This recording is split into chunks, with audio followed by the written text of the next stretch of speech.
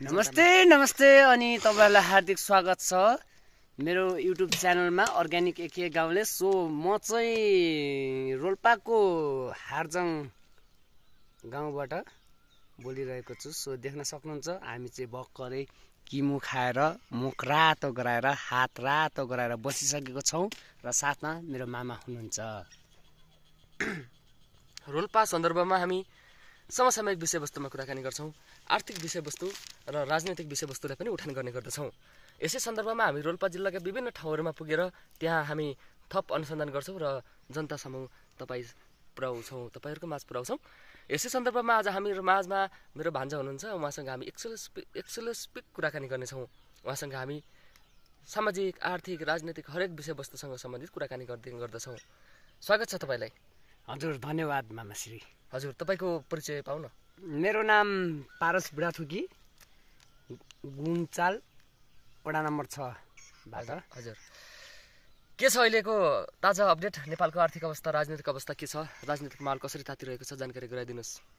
राजनीतिक माहौल चाहिँ तपाईको अब राजा हो देश बचाऊ भनिरहेका छन्। हजुर कोहीले चाहिँ अब तपाईको राजा हैन हामीलाई यतिकै स्वतन्त्र ठिक छ भन्छन् र कसैले चाहिँ अब आफ्नो पार्टी अनुसार मान्छेहरु भेला भइरहेका छन्।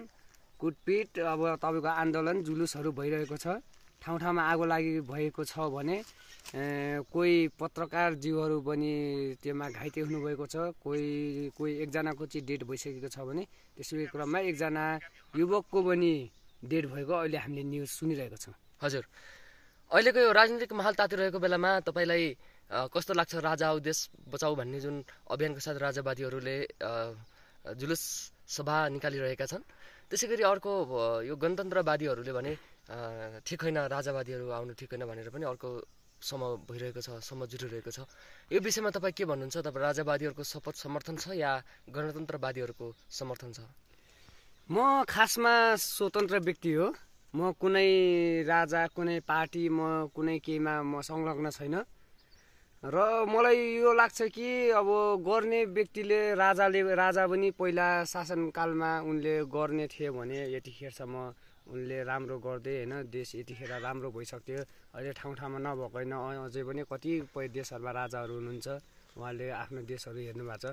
हाम्रो अब गर्ने बेलामा छुटे, आफ्नै परिवारमा हत्याकाण्ड गरे, अनि अहिले आएर तपाईको पछि गणतन्त्र आयो। गणतन्त्र पनि अब ल्याएर के गर्ने, अब नेताहरु भए, अब पार्टी धेरै भयो, अब तपाईको जति पनि अब आउने बजेटहरु हुन्छ सब उयो आफ्नै सबैजनाले हेर्न थाले, आफ्नो घर परिवार हेर्ने, आफ्नो छोरा नातिहरु हेर्ने।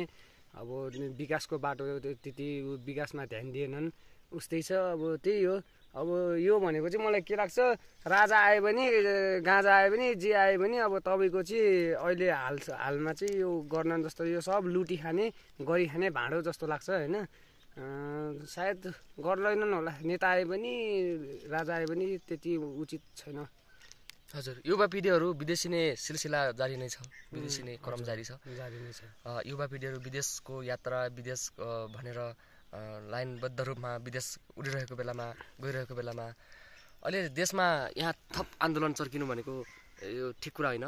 यो सबैले सोच्ने कुरा हो बेलैमा। हस्, समय र संवादको लागि यहाँलाई धेरै धेरै धन्यवाद। हजुर हस् त, हजुरलाई नै धन्यवाद। यो चाहिँ हाम्रो युट्युब च्यानल अर्ग्यानिक एके गाउँलेमा जान्छ। हजुर र त्यसै गरी हाम्रो च्यानल सब्स्क्राइब गरेर हेरिदिनु हुने सबैजना सम्पूर्णहरुमा हार्दिक धन्यवाद भन्न चाहन्छु। र त्यसै गरी म पनि क्यामेराम्यान हामी छुटिन चाहन्छौँ। हामी थप कुराकानी गर्दैछौँ प्रदीपजी। हामी एकजना हाम्रो दाइ हुनुहुन्छ, उहाँसँग पनि कुराकानी गर्ने प्रयास गरिरहेका छौँ। राजावादीहरूले आन्दोलन चर्किरहेको बेलामा के कस्तो लाग्यो तपाईलाई, समाचारहरुमा के पाउनुभयो भनेर कुराकानी सोध्ने हामी प्रयास गरिरहेका छौँ। यसै सिलसिलामा उहाँसँग हामी थप कुराकानी गरेर रमाइलो गर्ने प्रयास पनि गरिरहेका छौँ। उहाँ माथि हुनुहुन्छ अहिले, उहाँसँग हामी थप कुराकानी गर्नेछौँ। अर्को भिडियो बनाएर आउनेछौँ। हस्त नमस्ते।